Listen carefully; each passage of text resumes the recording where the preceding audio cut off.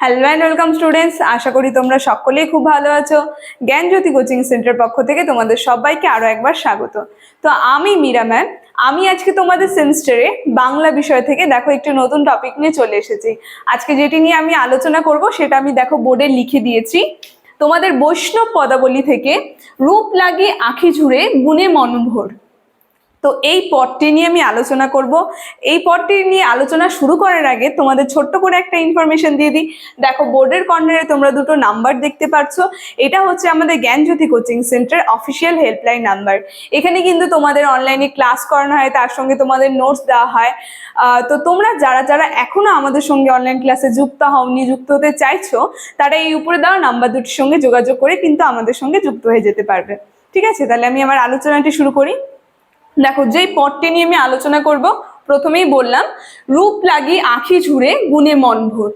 এই পদটা কোন তোমাদের পরীক্ষায় তোমাদের কিভাবে আসে সেটাও কিন্তু আমি লিখে দিয়েছি। কোশ্চেনটা দেখো, কোন কবি রচিত এবং কোন পর্যায়ের পদ আর উদ্ধৃত অংশটির তাৎপর্য লেখো। এইভাবেই কিন্তু তোমাদের পরীক্ষায় আসবে কোশ্চেনটা। ঠিক আছে, দেখো কোন কবি রচিত যদি কোশ্চেনের অ্যান্সারটা বলি, আমি লিখে দিয়েছি বৈষ্ণব কবি। তোমরা একটু খাতার পেনে লিখে নেবে, ঠিক আছে, আমি যখন বলবো।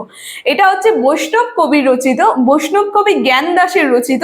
এটা রূপানুরাগ পর্যায়ের পদ। এই প্রথম কোশ্চেনটা কিন্তু আমি বলে দিলাম। ঠিক আছে, বৈষ্ণব কবি জ্ঞান দাসের রচিত, রূপানুরাগ পর্যায়ের পদ। দেখো 3 নম্বর যে কোশ্চেনটা আছে, তোমাদের এখানে বেশি নাম্বার থাকে, যে উদ্ধৃত অংশটির তাৎপর্য লেখো। মানে এই যে পদটা আছে, এই পদটির তাৎপর্য লিখতে হবে। ঠিক আছে, তো এই পদটা যে আছে, পদটার প্রত্যেকটা লাইন, তোমাদের দুটা কোশ্চেন কিন্তু একসাথে হয়ে যাবে। প্রত্যেকটা লাইন নিয়ে আমি আলোচনা করব, সেগুলা বিস্তারিতভাবে বোঝাবো। তার সঙ্গে তাৎপর্যের অ্যান্সারটা যে আছে, এই উদ্ধৃত অংশটির অ্যান্সারটা আমি বলে দেবো। ঠিক আছে, দেখো বলেছে যে প্রথম এই পদটা শুরুতেই বলেছে রূপ লাগি আঁখি ঝুড়ে গুণে মনোভোর। এই লাইনটা কি বলেছে? এই লাইনটা প্রথমে বলি, জ্ঞানদাস যে যিনি আছেন তিনি কিন্তু আধুনিক কবি। ঠিক আছে, তাকে আধুনিক কবি বলা হয়, আধুনিক বৈষ্ণব কবি বলা হয়। তো এই জ্ঞানদাস যে এই পদটি লিখেছিলেন, এই পদটা আসলে কি? এই পদটা হচ্ছে রাধারানী বলছে এই পদটার মধ্যে কৃষ্ণকে উদ্দেশ্য করে। ঠিক আছে, কৃষ্ণকে দর্শন করার উদ্দেশ্যে যে রূপানুরাগটা আসলে কি? রূপানুরাগটা হচ্ছে যখন কোনো গল্পে প্রেমিক এবং প্রেমিকার দর্শন, মানে দেখাতে যে বিভিন্ন মনের ভাব বা কামনা বাসনা যা হোক, যা হয়, তো সেই সমস্ত বিষয়বস্তু কিন্তু এই পদটার মধ্যে রয়েছে। রূপানুরাগ এই পর্যায়ের মধ্যে পড়ে। ঠিক আছে, প্রথমে ওর জন্য বলেছে এখানে রাধারানী কৃষ্ণকে দর্শন করেছে। ঠিক আছে, তো কৃষ্ণকে দর্শন করে রাধারানী তার সখীদের কাছে এই কথাগুলো বলছে। কি বলছে দেখো, রূপ লাগি আঁখি ঝুড়ে গুণে মন ভোর। মানে কৃষ্ণের এত সুন্দর রূপ, সেটা দেখে রাধাকৃষ্ণর কি হচ্ছে, চোখ বলতে চোখ থেকে আঁখি ঝরছে, মানে নয়ন, চোখ থেকে তার অশ্রুধারা বয়ে যাচ্ছে। তারপরে বলেছে প্রতি অঙ্গ লাগি কান্দে প্রতি অঙ্গ মোর। কি বলেছে? যে কৃষ্ণের যে প্রত্যেকটা অঙ্গ রয়েছে, এত সুন্দর কৃষ্ণের দৃষ্টি, মানে কৃষ্ণের রূপ, তো সে প্রত্যেকটা অঙ্গ দেখার জন্য রাধারানীরও প্রত্যেকটা অঙ্গ কি করছে, কাঁদছে, কান্না করছে। ঠিক আছে, তাই বলছে কাঁদছে। তারপরে বলছে হিয়ারও পরশ লাগি হিয়া মোর কান্দে। হিয়া শব্দের অর্থ হচ্ছে হলো হৃদয়। ঠিক আছে, তো হৃদয়ের মিলনের জন্য, হিয়ার পরশ বলতে হৃদয়ের মিলনের জন্য রাধারানীর হৃদয় কাঁদছে, মানে কৃষ্ণের সঙ্গে তার অন্তরের মিলনের জন্য কিন্তু রাধারানীর অন্তরও কাঁদছে। তারপরে কি বলেছে, পরাণ পীড়িত লাগি স্থির নাহি বান্দে। পরাণ পীড়িতি বলতে প্রিয় মানুষকে বুঝিয়েছে, যে তার প্রিয় মানুষ, সেই প্রিয় মানুষের জন্য সে নিজেকে স্থির রাখতে পারছে না। রাধারানী সেই কৃষ্ণের জন্য নিজেকে কি করছে, স্থির রাখতে পারছে না। বলেছে সই কি আর বলিব, যে পণ করিয়াছি মনে সেই করিব। রাধারানী সেই সখীদেরকে বলছে, তার যে সখীরা রয়েছে, বলছে সই কি আর করব আমি, কিন্তু মনে মনে আমি যে জিনিসটা পণ করেছি, সিদ্ধান্ত নিয়েছি, আমি কিন্তু সেটা করবই। তারপরে বলেছে রূপ দেখি হিয়ার আরতি নাহি টুটে। আরতি শব্দের অর্থ হচ্ছে হলো আকুতি। ঠিক আছে, কৃষ্ণের এত সুন্দর রূপ, সেই রূপ দেখে কিন্তু রাধারানীর যে ভিতরের আরতি, সেটা কিন্তু টুটছে না।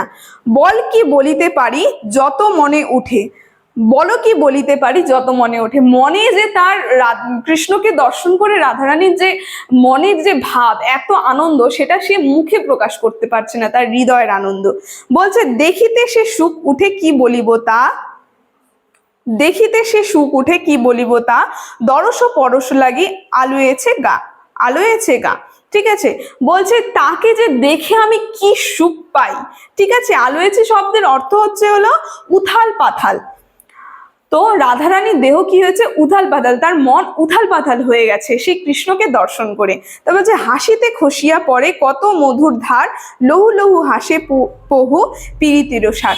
বলছে কৃষ্ণ যখন হাসছে, হেসে হেসে তার মধুধার যেন খসে পড়ছে সেই হাসিতে, মানে রাধারানীর মনে আরো প্রেম উৎপন্ন হচ্ছে কৃষ্ণের হাসি দেখে।